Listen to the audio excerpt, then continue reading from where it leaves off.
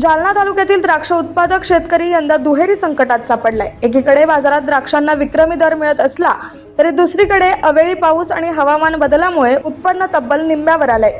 तालुक्यातील कडवंची, नंदापूर, वरुड, वखारीसह अनेक भागात द्राक्ष बागा मोठ्या प्रमाणात आहेत। मात्र रोगांचा प्रादुर्भाव वाढल्याने बागा वाचवण्यासाठी शेतकऱ्यांना औषधोपचार आणि व्यवस्थापनावर मोठा खर्च करावा लागतोय। यंदा साध्या द्राक्षाला 78 रुपये, काळ्या द्राक्षाला 181 रुपये तर पांढऱ्या द्राक्षाला 91 रुपये प्रति किलो दर मिळतोय। गेल्या वर्षी 45 ते 50 रुपये असलेला दर यंदा दुप्पट झालाय।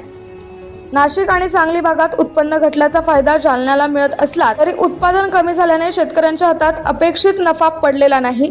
दर वाढले पण शेतकऱ्यांची परिस्थिती मात्र जैसे थे तशीच आहे। Bureau report, APMC news.